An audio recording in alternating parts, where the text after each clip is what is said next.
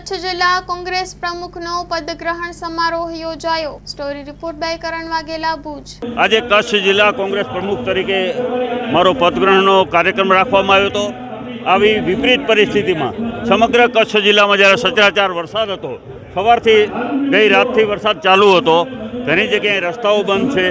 આવી પરિસ્થિતિમાં પણ આપ સૌ જોઈ રહ્યા છો કે આ તમામ સમગ્ર કચ્છભરમાંથી વડીલો, આગેવાનો, જુવાનો, માતાઓ, દીકરીઓ, બહેનો સૌ આશીર્વાદ આપવા માટે આવ્યા છે।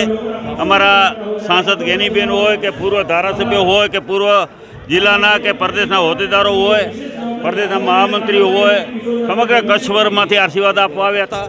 અને આજે હું વિધિવત એક જિલ્લા કોંગ્રેસ પ્રમુખ તરીકેની પદગ્રહણ કરી અને જવાબદારી સંભાળી રહ્યો છું। ત્યારે આવનારા દિવસોમાં અમારે કચ્છના જે પ્રશ્નો, કચ્છની સમસ્યાઓ છે, એ પ્રશ્નો અમે સતત સરકાર સુધી પહોંચાડીશું, વહીવટી તંત્ર સુધી પહોંચાડીશું।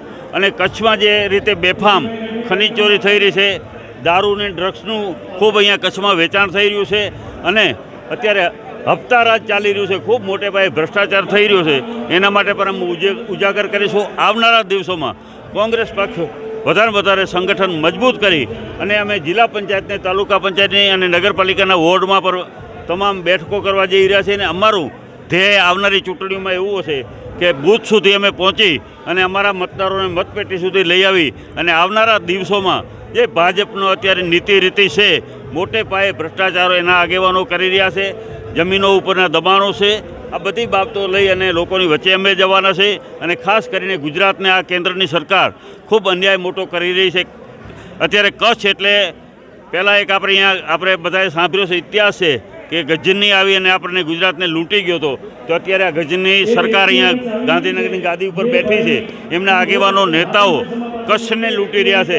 લાખો એકર જમીનની લાણી ઉદ્યોગપતિઓને કરી રહી છે। ગરીબ લોકોને 100 ચોરસોનો પ્લોટની જરૂરિયાત હોય તો પણ મળતી નથી। આ હાલતને, આ પરિસ્થિતિ છે। એટલા માટે થઈ અને લોકોના આશીર્વાદ મેળવી અને આવનારા દિવસોમાં તાલુકા પંચાયત, જિલ્લા પંચાયત અને નગરપાલિકાની ચૂંટણીઓમાં કોંગ્રેસને સફળતા મળે એના માટે અમે કામ કરીશું। અનેક પ્રશ્નો, અનેક સમસ્યાઓ છે, હવે વિધિવત આપણે મળતા રહીશું ત્યારે આ પ્રશ્નો સતત ઉજાગર કરીશું। પહેલો કચ્છનો મુદ્દો છે કાયદો અને વ્યવસ્થાની પરિસ્થિતિ ખૂબ ગંભીર, ખરાબ છે। આજે ધોળે દિવસે દીકરીઓ બહાર નથી નીકળી શકતી, રસ્તા ઉપર લોકો જતા હોય તો એના દાગીનાઓ લૂંટાઈ જાય છે, ચેનો તોડી અને ગુનેગારો ભાગી જાય છે। એકાંતરે બળાત્કાર જેવા બનાવો કચ્છમાં બની રહ્યા છે, એટલે કોઈ સલામત નથી। એટલે આના બાબતે પણ અમે ગૃહમંત્રી વાતો કરે છે, કાયદામાં રહેશો તો ફાયદામાં રહેશો, પરંતુ આપણે જોઈ રહ્યા છીએ કે કચ્છ જિલ્લામાં કદાચ સમગ્ર ગુજરાતમાં વધારે જો ક્રાઇમ થતું હોય તો એ આ કચ્છમાં થાય છે। અને આનું ધ્યાન અમે 1-2 દિવસમાં જ એસપીને મળી અને કચ્છની પરિસ્થિતિ સુધરે, લોકોની સલામતી માટે પોલીસ કામ કરે, ભાજપના એજન્ટ તરીકે કોઈ અધિકારીઓ કે પોલીસ અધિકારીઓ કામ ન કરે, એવી અમે એમને જઈને મળી અને એમને અમે જણાવવા માગીએ છીએ। આપ સૌ અમારી સાથે રહી અને કચ્છના પ્રશ્નો, કચ્છના સમસ્યાઓને ઉજાગર કરતા રહેશો। આપ સૌ મોટી સંખ્યામાં પત્રકાર મિત્રો અહીંયા કરીને ઉપસ્થિત રહ્યા, આપ સૌનો ખૂબ ખૂબ આભાર માનીએ છીએ। ધન્યવાદ। જય હિન્દ, જય ભારત। સમગ્ર આજ તો હું અહીંયા કચ્છ જિલ્લામાં પાર્ટીના કામથી આવી છું અને અમારા જિલ્લા કોંગ્રેસ સમિતિના નવા પ્રમુખ વરાયેલા છે, એમને ખૂબ શુભેચ્છાઓ પાઠવું છું। સમગ્ર કચ્છ જિલ્લાના કોંગ્રેસના કાર્યકરોએ ખૂબ સ્નેહ અને પ્રેમ આપ્યો, એ બદલ આભાર માનું છું। અનેક મુદ્દાઓની ચર્ચા થઈ છે, ત્યારે આપે બનાસકાંઠાની વાત કરી કે દારૂ હોય, ડ્રગ્સ હોય, કેફી પદાર્થો, એ ક્યાંક બનાસકાંઠા એ રાજસ્થાનના બોર્ડરનો જિલ્લો છે, અહીંયા કચ્છ એ ઇન્ટરનેશનલ બોર્ડરને ક્યાંકને લગતું છે, એટલે સમસ્યાઓ બંને જિલ્લાઓની છે। અનેક અધિકારીઓને જ્યારે એના ઉપર રેડ પાડવાની હોય કે સૌથી વધારે તો કોઈ મારી લડાઈ રહી હોય બનાસકાંઠાની અંદર તો કેફી પદાર્થોના નેસ્ત નાબૂદ માટે, અને એમાં પોલીસ તંત્ર એ પોતાની પૂરી જવાબદારી નથી નિભાવી રહી, એવા અનેક તમે સમાચાર પણ સાંભળ્યા છે। અને હું એક મહિલા તરીકે આ કેફી પદાર્થથી જે યુવાનો બરબાદ થાય છે અને કેટલી મહિલાઓ એનું શોષણના ભોગ બને છે, એટલે મહિલા તરીકે મને સ્વાભાવિક એની વેદના હોય। અને સૌથી મારી જિંદગીની અંદર કોઈ મજબૂત કોઈ લડાઈ હોય તો તમામ મુદ્દાઓની હોય, પણ એનાથી સૌથી વધારે આ કેફી પદાર્થો ઉપર એનો રોક આવે અને દેશનું ને આપણા રાજ્યનું યુવાધન એ બરબાદ થતું અટકે, એના માટે હું ભૂતકાળની અંદર લડીશું ને આવનાર સમયમાં લડીશ। ખાસ કરીને બનાસકાંઠામાં એક ગોલ્ડનો કિસ્સો સામે આવ્યો હતો। જિગ્નેશભાઈએ આક્ષેપ પણ કર્યા હતા, પોલીસ કર્મચારીને ગાડી ગિફ્ટ મળી હતી। એ તો ખાલી નમૂનો છે। ભારતીય જનતા પાર્ટીના રાજમાં રેવન્યુ હોય, પોલીસ હોય, પંચાયત હોય કે આ તે ડિપાર્ટમેન્ટો છે એ માત્ર એ કાગળ ઉપર જ એમ લખવામાં આવે છે કે આ ડીડીઓ છે કે કલેક્ટર છે, ડીએસપી છે, એ માત્ર ને માત્ર એ જ્યાં એમનું પોસ્ટિંગ મેં મારા પ્રવચનમાં પણ કીધું એ ભારતીય જનતા પાર્ટીનું કાર્યાલયમાં જે આદેશ થાય એ પ્રમાણે એને વહીવટ કરવાનો હોય છે.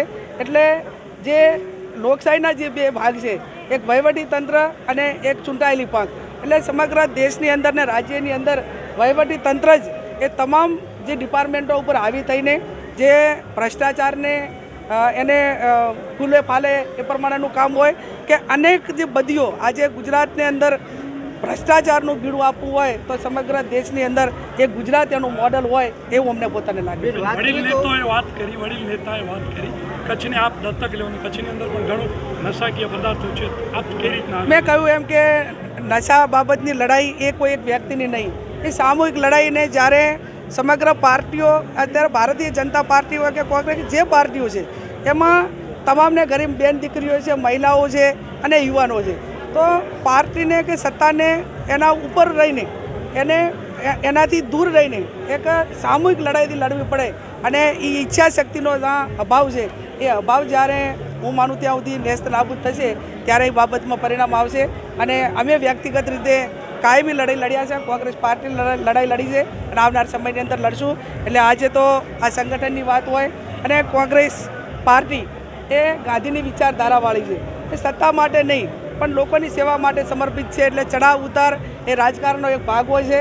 આ દેશમાંથી કોંગ્રેસ પાર્ટીએ જો અંગ્રેજોને ભગાડ્યા હોય અને દેશને આઝાદ કરાવ્યો હોય તો આ વર્તમાન અંગ્રેજોને કોઈ તાકાત નથી કે કોંગ્રેસને નેસ્ત નાબૂદ કરી કે કોંગ્રેસ પાર્ટીના કોઈ કાર્યકરને નુકસાન કરી કે. એટલે અમારી ન્યાયની લડાઈ એ ગુજરાત માટે અને દેશ માટે જે ભૂતકાળમાં લડી છે ને આવનાર સમયની અંદર લડીશું. બેન, વાત કરીએ વિકે સાહેબની આટલા વર્ષોનો અનુભવ છે અને અત્યારે પ્રમુખ બન્યા છે કચ્છ જિલ્લાના, તો હવે આગળ જતાં કચ્છમાં કોંગ્રેસ કેટલી મજબૂત થશે? મેં કીધું એમ કે કોઈ પદમાં બેઠેલો એક વ્યક્તિ સંગઠનનું કામ ના કરી શકે, એની સાથે તમામ એની ચેનલ છે, તાલુકાના પ્રમુખો હોય, વિવિધ સંગઠનના પ્રમુખો હોય અને કોંગ્રેસનો કાર્યકર હોય. એટલે આવનાર સમયની અંદર વિકે સાહેબ અને એમની ટીમ એ સમગ્ર ટીમ વર્ક સાથે કામ કરશે.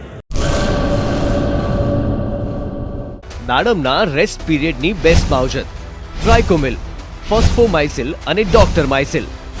શક્તિશાળી બેક્ટેરિયા, એક્ટિવ કાર્બન, માઇસિલિયા અને બધા જ પોષક તત્વોથી ભરપૂર ટ્રાઇકોમિલના ઉપયોગથી દાડમના પાકને મળશે સમતોલ ખોરાક.